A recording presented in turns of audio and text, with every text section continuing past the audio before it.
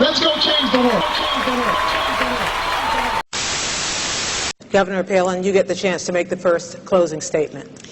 Well, again, Gwen, I do want to thank you and the Commission. This is such an honor for me, and I appreciate, too, Senator Biden, getting to meet you finally also and getting to debate with you, and I would like more opportunity for this. I like being able to answer these tough questions without the filter, even, of the mainstream media, kind of telling viewers what they've just heard. I'd rather be able to just speak to the American people like we just did, and it's so important that the American people know of the choices that they have on November 4th. I want to assure you that John McCain and I, we're going to fight for America. We're going to fight for the middle class, average, everyday American family like mine. I've been there. I know what the hurts are. I know what the challenges are. And thank God I know what the joys are, too, of living in America. We are so blessed. And I've always been proud to be an American. And so has John McCain. We have to fight for our freedoms also. Economic and our national security freedoms. It was Ronald Reagan who said that freedom is always just one generation away from extinction. We don't pass it to our children in the bloodstream. We have to fight for it and protect it and then hand it to them so that they shall do the same, or we're going to find ourselves spending our sunset years telling our children and our children's children about a time in America back in the day when men and women were free. We will fight for it, and there is only one man in this race who has really ever fought for you, and that's Senator John McCain. Thank you, Governor. Senator Biden. Gwen, thank you for doing this, and the Commission and Governor. It really was a pleasure getting to meet you.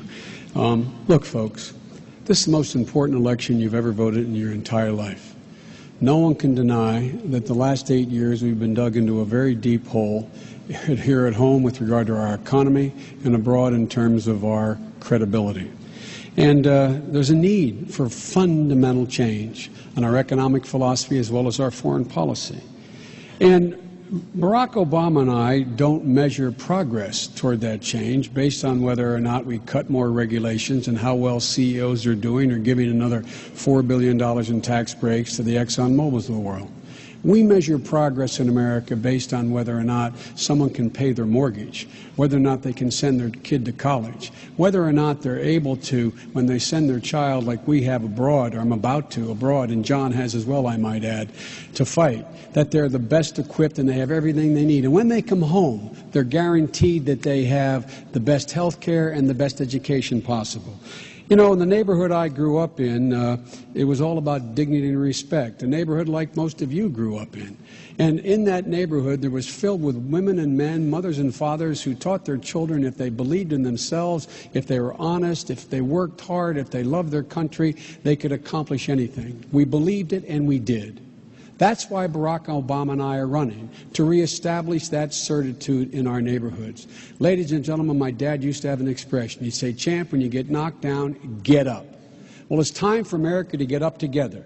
America's ready, you're ready, I'm ready, and Barack Obama is ready to be the next President of the United States of America. May God bless all of you, and most of all, for both of us, selfishly, may God protect our troops. Let's go change the world.